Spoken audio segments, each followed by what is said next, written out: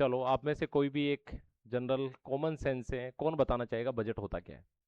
कुछ नहीं, लोड नहीं लेना, आपको जो समझ आता है जिस हिसाब से आप बता सकते हो उस हिसाब से बताओ। कोई भी, एनीवन।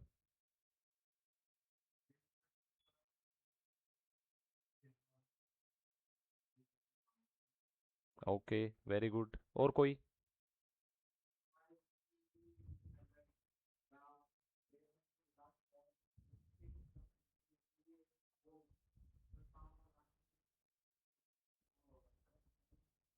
Very good. और कोई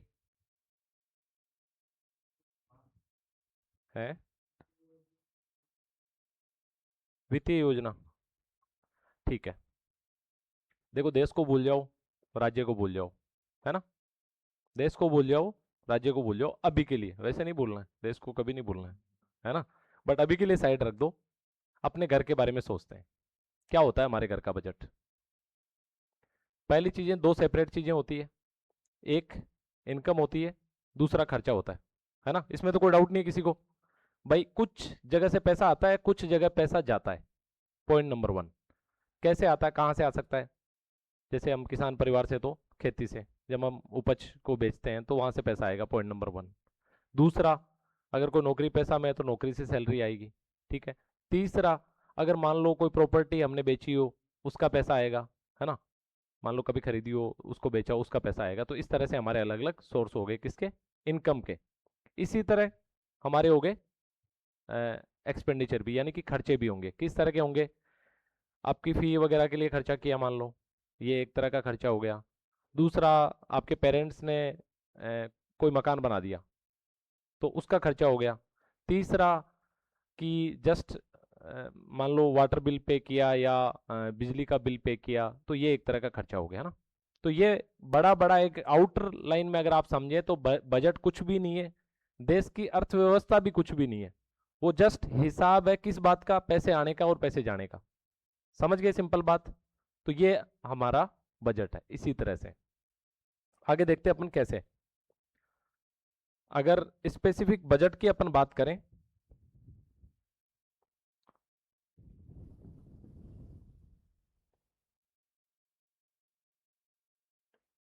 तो बजट में होती है दो चीजें। ठीक है। आप, बजट में दो चीजें होती है। एक होती है आपकी रिसिप्ट, और एक होता है एक्सपेंडिचर। ठीक है। ये रिसिप्ट भी दो तरह की होती है। एक रेवेन्यू रिसिप्ट और एक कैपिटल रिसिप्ट। रेवेन्यू और कैपिटल का अंतर क्या है? रेवेन्यू यानी राजस्व वाली रिसिप्ट। राजस्व है जो पैसा मान लो टैक्सेशन से आया, जो पैसा मान लो अगर घर के हिसाब से सोचे तो सैलरी से आया, उसको हम राजस्व में रखेंगे। और जो पैसा मान लो कोई प्रॉपर्टी बेच के आया, है ना? देश भी प्रॉपर्टी बेचता है, इंडिविजुअली नहीं बेचता, देश भी बेचता है। कैसे? अगर मान लो कोई सरकारी कंपनी है हमारे देश की, ठीक है, सरकार को लग रहा है ये ठीक नहीं चल रही, उसको बेच दिया, तो वो जो पैसा आएगा वो किसमें? कैपिटल रिसीव में आएगा। ठीक है। उसके बाद जो एक्सपेंडिचर है वो भी इसी तरह। एक हो गया राजस्व एक्सपेंडिचर, दूसरा हो गया कैपिटल एक्सपेंडिचर। राजस्व एक्सपेंडिचर में क्या हो गया? जितने भी जो सरकारी कर्मचारी है उनको जो सैलरी दे रहे हैं वो जा रहा है राजस्व में। यानी राजस्व एक्सपेंडिचर, राजस्व खर्चा वो खर्चा है जिससे किसी भी प्रकार की संपत्ति का निर्माण देश में नहीं होता। यानी सेना को जो सैलरी दे रही है उससे देश को क्या मिल रहा है? एक्चुअल में तो कुछ नहीं मिल रहा, सिर्फ बॉर्डर की सिक्योरिटी हो रही है। बट बॉर्डर की सिक्योरिटी होने से कोई फायदा जनरेट देश को नहीं हो रहा है। ठीक है। तो ये जो इसका मोटा मोटा जो बाइफर्गेशन है वो इस तरह से है। ठीक है। उसके बाद अब राजस्थान, मान लो, एक मिनट,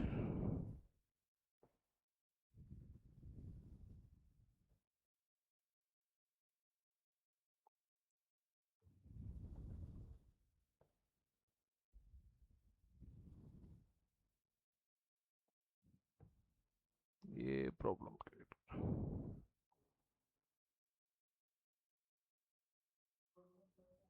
है। नहीं, वो नहीं है।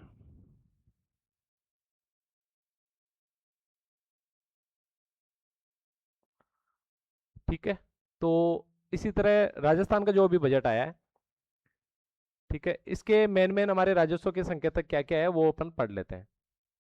टोटल जो बजट है, मान लो घर का बजट है 2 लाख रुपए, 3 लाख रुपए, 5 लाख रुपए साल का, हर घर का, उसी तरह हमारे राजस्थान का है 6,10,956 करोड़ रुपए। अब इसमें क्या क्या है, 6,10,000 में राजस्व प्राप्तियां भी है, राजस्व खर्चा भी है, और कैपिटल प्राप्तियां भी है, और कैपिटल खर्चा भी है, दोनों ही चीजें हैं। तो एक ये डाटा अपने को याद रखना है। उसके बाद केवल राजस्व प्राप्तियां, ये कितनी है, 3,25,740 करोड़ और 14 लाख रुपए, ठीक है।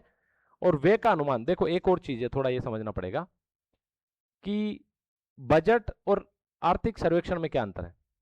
एक इकोनॉमिक सर्वे भी आता है, आपने सुना होगा।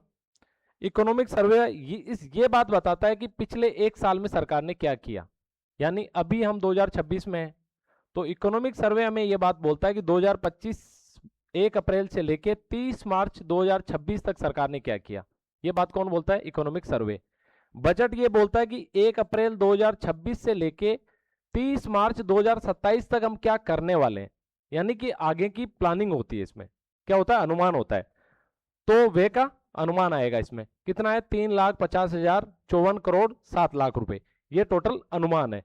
यानी सरकार को पैसा तो मिला है 3,25,000 करोड़ और समथिंग आगे, लेकिन खर्च का अनुमान इन्होंने 3,50,054 करोड़ रुपए, यानी एक्स्ट्रा लगभग 25,000 करोड़ रुपए क्या है, एक्स्ट्रा है। यानी सरकार के पास जितना पैसा आया उससे भी ज्यादा खर्च करने का प्लान कर रही है सरकार। ये सोच रही है भाई ठीक है, थोड़ा उधार रहेगा, मैनेज कर लेंगे, लेकिन अभी हमारे राज्य के डेवलपमेंट के लिए खर्च करना जरूरी है, ठीक है। तो इस तरह से राजस्व जो घाटा है, राजस्व घाटा का सिंपल मतलब क्या है कि प्राप्तियों में से, अनुमान में से प्राप्तियां निकालनी है। अनुमान ज्यादा का है खर्च करने का और प्राप्तियां कम है, तो ये निकालेंगे तो ये आएगा 24,313 करोड़ 93 लाख रुपए। अब दो तरह के घाटे होते हैं, एक होता है राजस्व घाटा, यानी इमीडिएट जितना खर्च करने का अनुमान है और जितना पैसा मिला है इसको माइनस करके निकाल लेंगे राजस्व घाटा, और आज तक हमारे राज्य पे कितना कर्ज है, यानी कितना एक्स्ट्रा में है, वो आएगा राजकोषीय घाटे में। ये कितना है, 79,492 करोड़ 52 लाख रुपए, ठीक है। ये सारा हो गया राजकोषीय घाटा, यानी अब तक हमारे ऊपर ये कर्ज है, ठीक है। उसके बाद आगे बोलते हैं कि राज्य सकल जो घरेलू उत्पाद है वो 2026-27 में 21,52,100 करोड़ रुपए हो जाएगा। ये क्या होता है, इसको समझते हैं। यानी स्टेट जीडीपी क्या होता है, देखो, हाँ, एसडीपी, जीएसडीपी, स्टेट जीडीपी ये होता है, जीडीपी का मतलब है किसी भी एक सेक्टर विशेष में, किसी एक समय विशेष में जितनी भी सेवा और वस्तु का उत्पादन हुआ है वो होता है आपका जीडीपी।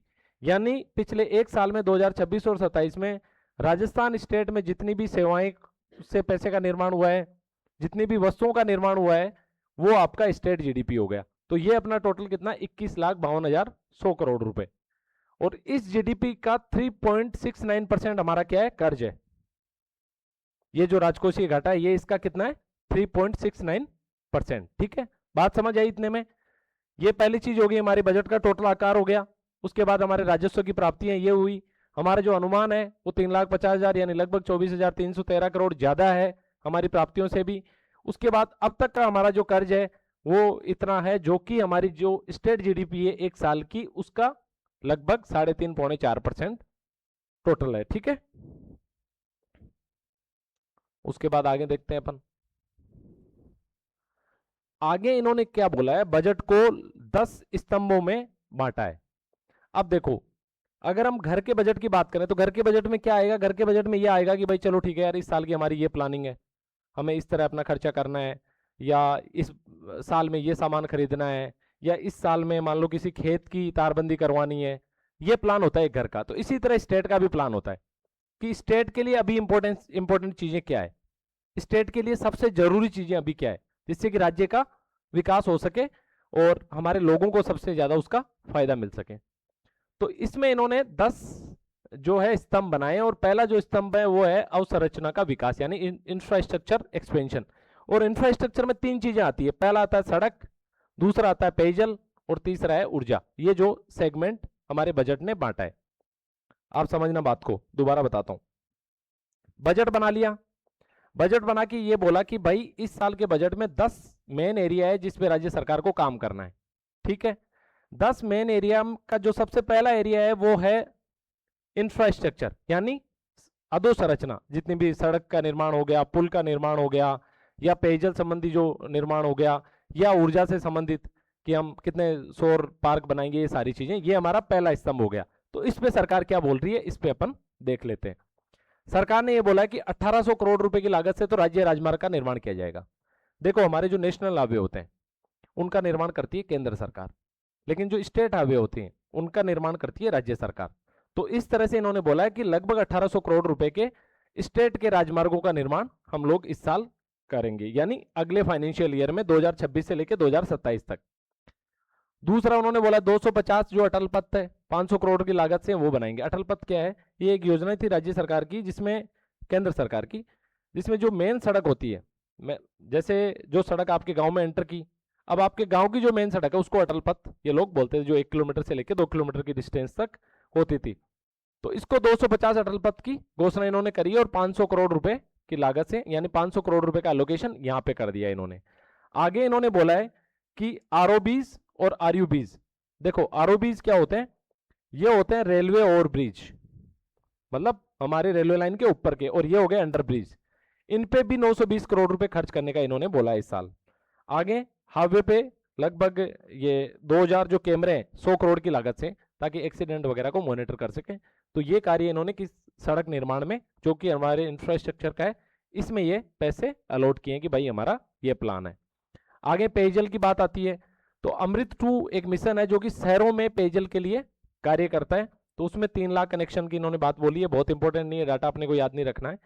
आगे 600 ट्यूबवेल और 1200 हैंडपंप, यानी इनका ये कार्य इस वित्तीय वर्ष में सरकार राज्य में करवाएगी। उसके बाद एक एक्सीलेंस सेंटर बनाया जाएगा, कहां पे, जल प्रबंधन का, जयपुर में। एक्सीलेंस सेंटर क्या होता है, एक्सीलेंस सेंटर इस तरह की परिकल्पना है जिसमें यह बोला जाता है कि भाई जैसे जल प्रबंधन के सेक्टर की सारी एक्सपर्टीज उस सेंटर को होगी, यानी उस सेंटर को सब कुछ पता होगा कि जल प्रबंधन कैसे किया जा सकता है। अगर किसी पर्टिकुलर, मान लो अजमेर डिस्ट्रिक्ट में अगर जल से संबंधी कोई समस्या आ रही है तो उसके सॉल्यूशंस क्या हो सकते हैं। तो इस तरह की एक एक्सपर्टीज बॉडी का निर्माण कहाँ किया जाएगा, जयपुर में। ठीक है, यह आप याद रखेंगे कि जल प्रबंधन का सेंटर ऑफ एक्सीलेंस जयपुर में स्टैब्लिश किया जाएगा। और एक वाटर पॉलिसी यानी कि राज्य नीति भी लाई जाएगी कि भाई हम जल का उपयोग इस तरह से करेंगे ताकि वो लॉन्ग टर्म में हमारे काम आ सके।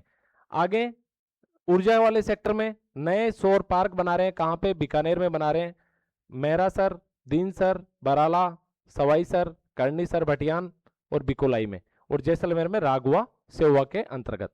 तो ये कार्य किसमें हो रहे हैं, पहले स्तंभ में, बजट में इन्होंने बोला है।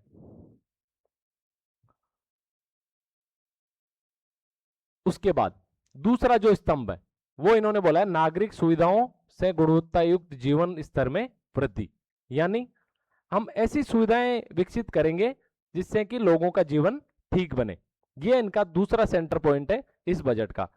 इसमें इन्होंने बोला कि जो नगर निकाय है यानी जो शहरी सेक्टर है उसमें 7 लाख स्ट्रीट लाइट का निर्माण ये लोग करेंगे, जो सबसे पहली चीज बोली है। ठीक है, उसके बाद पंचगौरव एक योजना थी हमारे राजस्थान सरकार की, किसी को पता है पंचगौरव योजना के बारे में? देखो, पंचगौरव योजना में यह बोला कि हर डिस्ट्रिक्ट के 5 चीजों को स्पेसिफिक हमें पता करना है कि ये 5 इंपॉर्टेंट चीजें कौन कौन सी है। पहली, कोई खेल, ठीक है, यानी इस जिले का सबसे इंपॉर्टेंट खेल कौन सा है या सबसे ज्यादा खेला जाने वाला खेल कौन सा है। दूसरा आएगा इसमें कोई वनस्पति, यानी कोई ऐसी प्रजाति जो इसी जिले में होती है उस प्रजाति के बारे में। तीसरा, ऐसा कोई उत्पाद, मान लो जैसे किसी जिले में मान लो गेहूं ज्यादा होता है, किसी जिले में चावल ज्यादा होता है, तो वो तीसरा।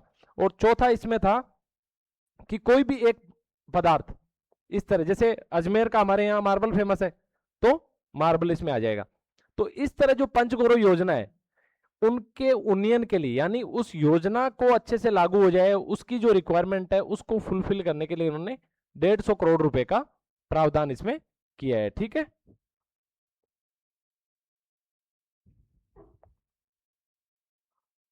ठीक है, आगे चलते हैं अपन। आगे आ गया तीसरा स्तंभ। ठीक है, पहला स्तंभ क्या पढ़ा था हमने, इंफ्रास्ट्रक्चर यानी अधोसंरचना का जो विकास होना है वो कैसे होना है। दूसरा हमने पढ़ा कि नागरिकों के जीवन की गुणवत्ता को ठीक करने के लिए क्या कर रही है सरकार। तीसरा सरकार बोल रही है कि उद्योगों के विकास और उसमें निवेश को प्रोत्साहन करने के लिए हम क्या क्या करने वाले हैं। ठीक है, तो पहला इन्होंने बोला है लैंड एग्रीगेशन जो है उसके लिए हम काम करेंगे। देखो ये क्या होता है। अब एक सरकार है स्टेट में, एक एग्जांपल लेते हैं कि ये है आपका कोटपुतली और ये आपका किशनगढ़। ठीक है, इसके बीच में एक एक्सप्रेसवे बनाना है सरकार को। ठीक है, अब सरकार ने बोला कि भाई एक्सप्रेसवे बनाना है, हमें किसानों से जमीन लेनी है, बट किसान विरोध कर रहे हैं अलग अलग जगह पे। जैसे आप देख रहे होंगे आरआई साइड में भारतमाला प्रोजेक्ट का विरोध कर रहे हैं किसान। तो इस तरह की समस्याएं इसमें आती है, पहली चीज। दूसरी बात क्या रहेगी इसमें, एक और समस्या आ सकती है कि मान लो सरकार ने जैसे अदानी लॉजिस्टिक पार्क बना हुआ है फलोदा के पास में, इस तरह का कोई पार्क बनाना चाहे और वो पार्क के लिए मान लो आधे जो फार्मर है वो अपनी जमीन देने से मना कर दे, है ना, इस तरह की समस्याएं आती है। एक और प्रैक्टिकल एग्जांपल बताता हूं। एक एक्सप्रेसवे बन रहा है दिल्ली से लेके वैष्णो देवी जो मंदिर है कटरा में वहां तक। अब वो एक्सप्रेसवे पूरा दिल्ली में बन गया, हरियाणा में बन गया, पंजाब में आधा बन गया और उसके बाद में बंद हो गया। क्यों हो गया? क्योंकि पंजाब में आधे के बाद में वहां के जो लोकल किसान है उन्होंने विरोध कर दिया कि भाई हम अपनी जमीन नहीं देंगे इतने कम रेट्स पे, तो वो काम अटक गया। तो राज्य सरकार ये बोल रही है इस बजट में कि हम लैंड एग्रीगेशन इस तरह की एक पॉलिसी लेके आएंगे कि जहां रिक्वायरमेंट होगी वहां हम प्राइवेट कंपनीज को लैंड पहले से ठीक तरीके से मैनेज करके किसानों को सेटिस्फाइड करके उनसे खरीद के और उसके बाद देंगे। ठीक है, तो ये प्रावधान इन्होंने किया है किसमें? औद्योगिक विकास और निवेश प्रोत्साहन वाले मामले में। आगे बोला इन्होंने कि संभाग स्तर पे एक प्लग एंड प्ले फैसिलिटी के लिए 350 करोड़ रुपए दिए जाएंगे। देखो प्लग एंड प्ले फैसिलिटी क्या होती है? प्लग एंड प्ले का मतलब होता है जैसे मान लो हमें इस कंप्यूटर को चलाना है, हमने सीधा प्लग में लगाया, स्विच ऑन किया, चालू हो गया, यानी प्लग किया और प्ले हो गया। इसी तरह के कॉन्सेप्ट वो बिजनेस पे लागू करना, यानी हर संभाग मुख्यालय पे इस तरह की फैसिलिटी हो कि वहां पे अगर किसी को जाके बिजनेस करना है तो उसको जमीन, उसको बिजली, उसको और जो बेसिक फैसिलिटी चाहिए बिजनेस करने के लिए वो सब एकदम रेडी मोड में उसको मिल जाए। तो इस तरह की फैसिलिटी हम बजट में करेंगे। आगे इन्होंने बोला है कि लॉजिस्टिक हब विकसित करने के लिए inland container depot. Inland container depot कौन सा है? जो अदानी लॉजिस्टिक पार्क है, यानी एक ऐसा इनलैंड डिपो वहां बनाया जाएगा जहां पे सारे कंटेनर एक जगह आएंगे और वहां से ट्रेन या किसी बंदरगाह के माध्यम से जहां उनको पहुंचाया जाना है, एक्सपोर्ट करना है, वहां पहुंच जाए। तो इस तरह के डिपोज और विकसित करेंगे। आगे बोला इन्होंने कि मल्टी मॉडल लॉजिस्टिक हब। देखो ये क्या होता है? मल्टी मॉडल लॉजिस्टिक हब क्या होता है? एक होता है सिंपल मॉडल, जैसे अदानी लॉजिस्टिक पार्क है, यहां से सिर्फ एक मॉडल है, क्या है कि सिर्फ ट्रेन के द्वारा जो सामान है वो जाएगा। कुछ लॉजिस्टिक पार्क इस तरह के होते हैं कि वहां ट्रेन भी जाएगी, वहां आपको ट्रक से सामान पहुंचाना है वो भी जाएगा, आपको अगर पोर्ट से बंदरगाह से पहुंचाना है वो भी जाएगा, और एयरपोर्ट भी होगा जहां आपको एयरपोर्ट से सामान पहुंचाना है जहाज के द्वारा। तो इस तरह के मल्टी मॉडल लॉजिस्टिक हब राज्य सरकार स्थापित करेगी।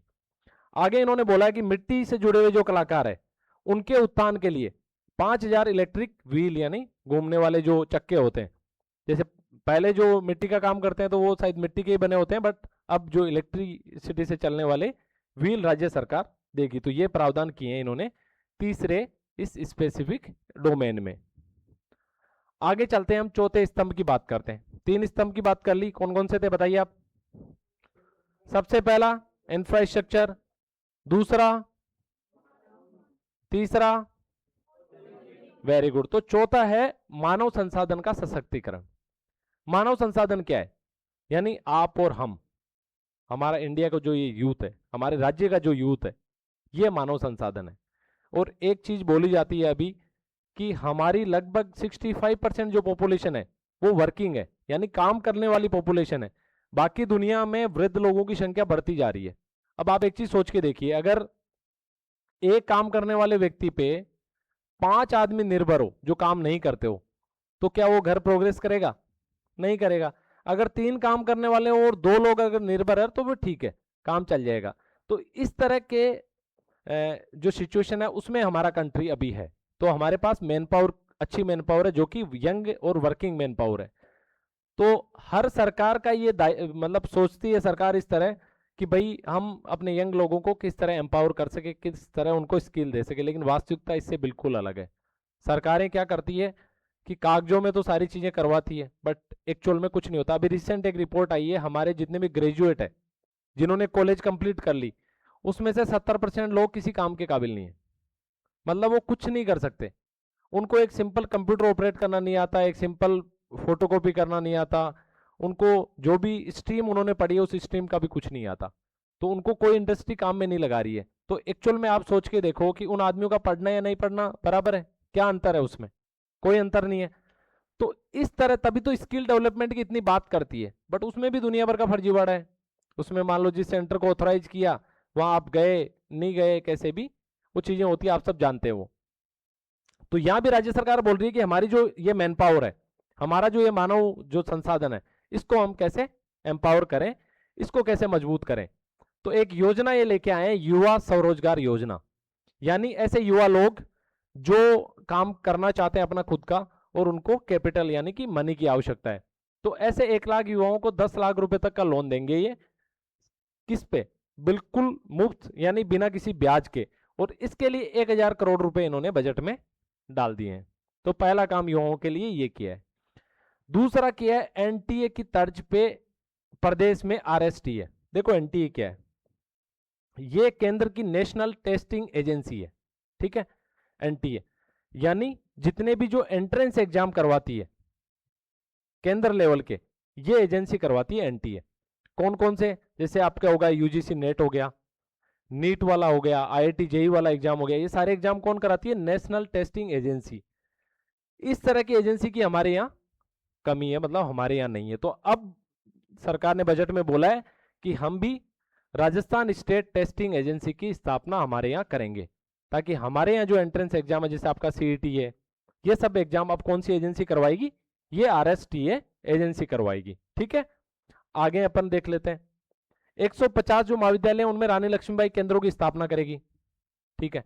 ये क्या है? ये इस तरह के केंद्र है जहां पे गर्ल्स को स्पेशली स्पेसिफिक गर्ल्स के लिए, जहां गर्ल्स को एम्पावर किया जाता है, जहां गर्ल्स में वो फाइटिंग स्किल्स डेवलप की जाती है, ठीक है, कि भाई अगर आत्मरक्षा करनी पड़े तो किस तरह वो कर सकें।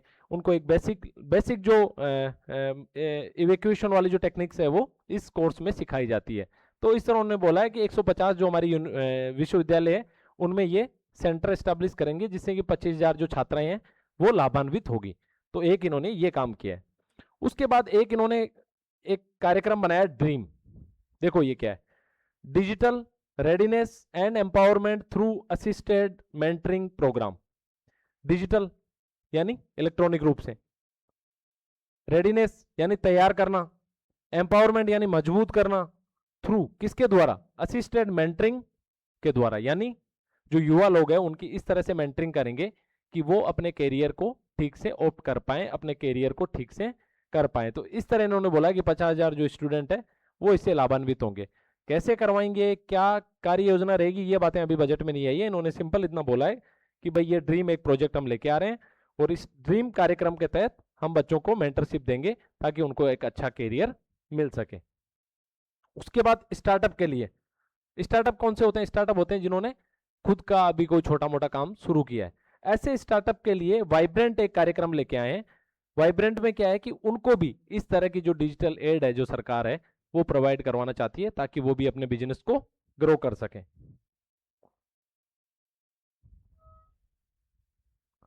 उसके बाद इसी में ही मानव संसाधन वाले सेगमेंट में ही एक नशा मुक्त राजस्थान के लिए, यानी आपको पता है अभी नशे की समस्या जो है राजस्थान में बहुत बहुत ज़्यादा बढ़ गई है।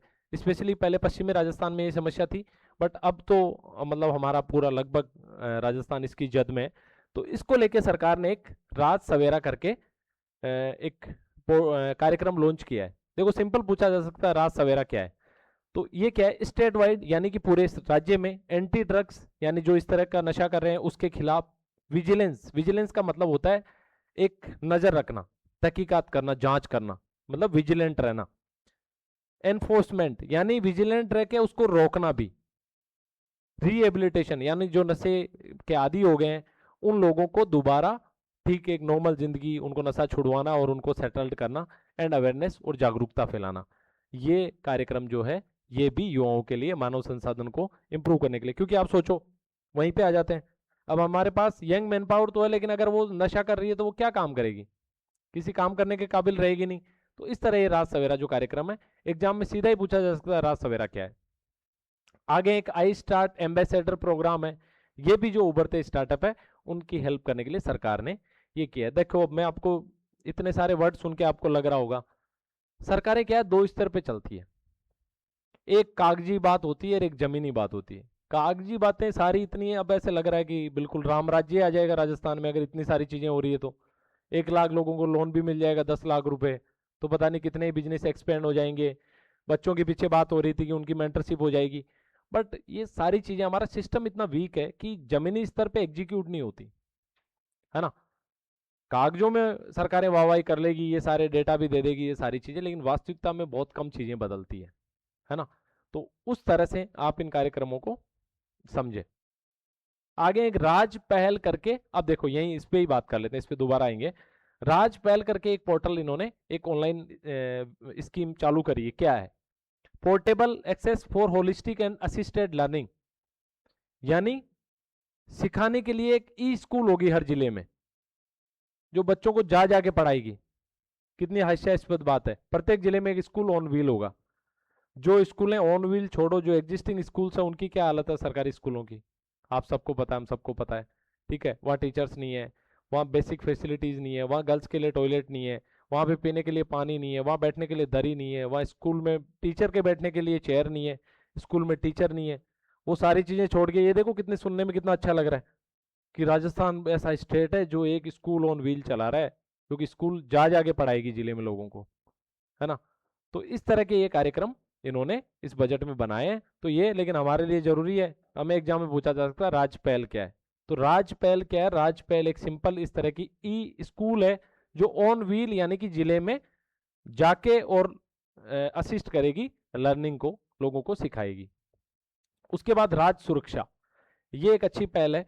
Rajasthan system for urgent response accident stabilisation and hospital access, ठीक है। यानी कोई एक्सीडेंट हो जाता है, कोई गर्भवती महिला है उसकी प्रसूति का समय है तो वो हो गया, या किसी को हार्ट अटैक आ जाता है, तो त्वरित उसको किस तरह से बिना किसी हर्डल के, बिना बिना किसी प्रॉब्लम के इलाज मिल सके समय पे, तो इसके लिए इन्होंने राष्ट्र सुरक्षा ये योजना जो है शुरू की है।